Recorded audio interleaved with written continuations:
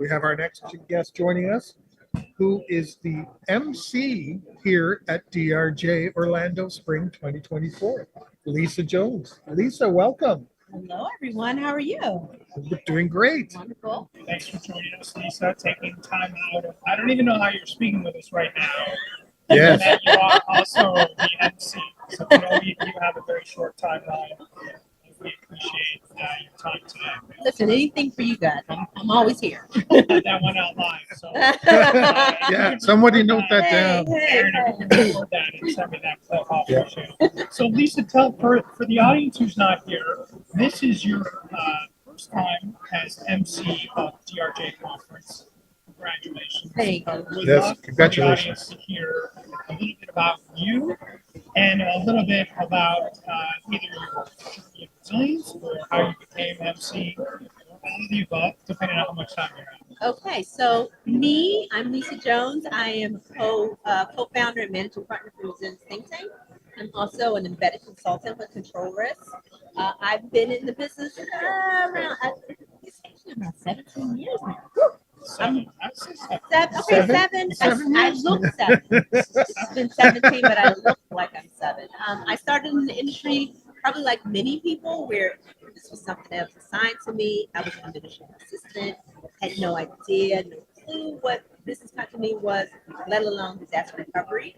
And somehow I made it into a 17-year career. So I am excited not only to be in this industry, but to be the MC for 2024 spring. First of all, I'm humbled and I appreciate just being asked. I didn't know that this is something that I've wanted to do, and now that I've done it, let's do it again. So we'll see what happens after today. I don't know. They might give me the short stick. We'll see. So let's talk about that a little bit. You mentioned that yesterday on stage. When you were first offered the MC position, you said no. And I think that surprised a lot of people that you turned down to be of a lifetime or something that could dramatically. I love that you shared that story yesterday. That your initial answer was no.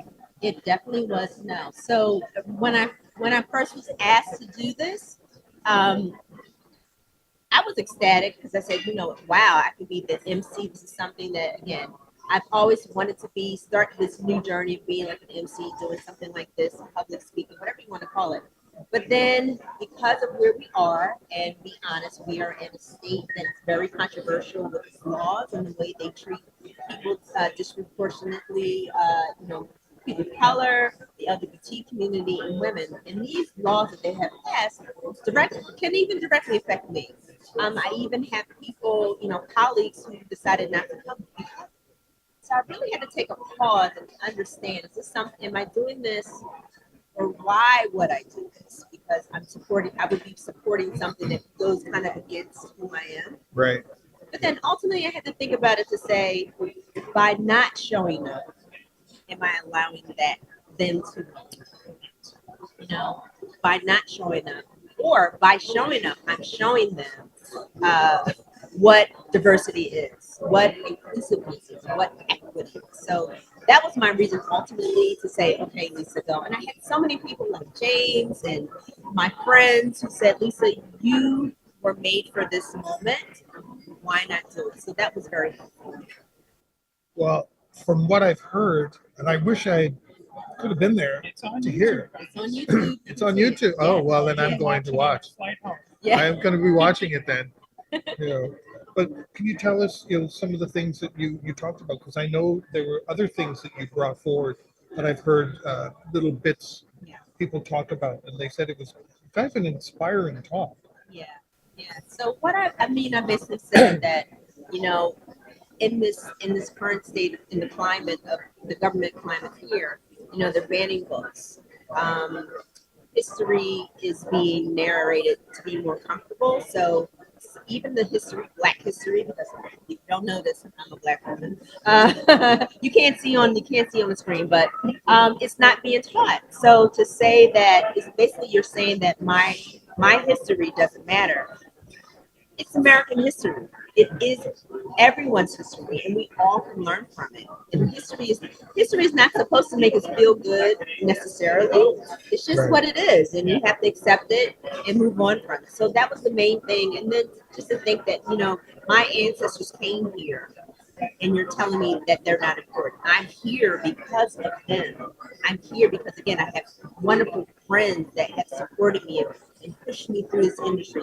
I could have not done this. I could have not been on that stage, been in this industry for 17 years without allies like James or you, or I have so many other friends that have really, you know, molded my life. So I wanted to make sure that I was representing everyone, my family, and representing my ancestors. That's why I'm here. See, that's inspiring. That is incredible. Right. What's been the biggest surprise? So between the time you decided to be MC, now we're at day 3 of the conference. What's been the biggest surprise so far? For me, I think the biggest surprise has just been I talk a lot. I mean, I knew I had a big mouth, and I knew but man, it's a lot to being an MC. I mean, it makes the person that did it before me, Vanessa Matthew, God bless her, she made it look so easy. There's actual work that I need to do. Like, I just can't be sitting around. That's why I'm surprised. Lisa and I actually spoke at a session on Sunday, and she's here on the broadcast. And a couple weeks ago, I was like, "Do you have time for all of this?" And she's like, "Oh yeah, I've got plenty of time." And I was like, "All right, well, we'll talk again. We'll talk again and see how you feel about that." Hindsight is 2020, but no, it's been a great opportunity. But I've been very surprised just about so many people from different industries. There's a lot of financial services people here. Yes. Which has been interesting. We actually have some millennial Gen Z. Oh wow, you don't see that too much either. So Yeah. that's actually been a pleasant surprise to see.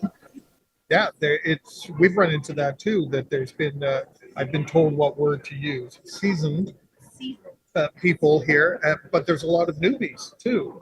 That it's fantastic. So we are starting to finally visibly see. We may hear about it, but now we're visibly seeing that it is becoming more diverse in genders Bob and Arnold and his team age. have done a fantastic job trying to find representation that's from attendees, from speakers, and from background in industry. So Robert Fernandez, who was the general session speaker yesterday, and we spoke with as a CISO. He's not a BC guy. He's not a resilience traditional person. I love that we continue to find, like you said, whether it's age or background or experience or industry, keep bringing that diversity into DRJ, because one, for me, it's just more interesting.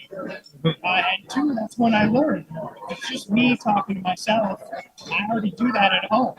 I don't need to come And here you to hear probably my learn a lot from thoughts. yourself sometimes. Yeah, you'd be And you're surprised. always right too, right? When you talk to Sometimes. myself, I'm always right. That's But right. that's where I learn the most, is Yeah. when it's someone whose background or experience or challenges or industry are different than mine. Yeah. That's what I can learn. Agreed. So, what has been your most exciting piece? Because you've been wandering around, and we already know. We've even mentioned it here on the broadcast. You weren't here yet. I think it was Mark Hoffman. When they walk down the hallway with you, it's kind of the other people don't exist. It's Lisa, and you've been emceeing. You've been Even walking your down the husband hall. is famous. I Yes. was surprised Sunday how many. I was like, how does everybody know Lisa's I husband? know. Yeah. So so what's been your big? Oh, this is just amazing moment here. Well, I think for me, it's always been that I'm able to bring people together. I take pride in it. Like I have just a few minutes ago, I had someone who was looking for a job, talking to me about certain things, and immediately I said, "Oh, I know someone else who may be hiring, kind of in that industry," and I've brought them together. Now, what happens after that, I don't know, but my job is to bring the people together. Which is interesting because that's what we say our role should be. Correct. Yeah. or at least part of it. Of course. Yes. So I love doing that. I love, especially there's a lot of new people, like you said, a lot of new people here that are new to the industry, don't know where to start. So my job is to, introduce them to as many people as possible, to give them exposure to everything, so then they can kind of focus a little more on what makes sense. But so that's what I like to do. So that's been really fun to do. Surprising. So you mentioned people new to the industry, they didn't know where to start. So what would you recommend for our audience if they're new to the industry, considering getting into the industry? Where would you point them? Well, obviously, I would point them to the Resilience Think Tank. I mean, as a start, thanks for the segue. But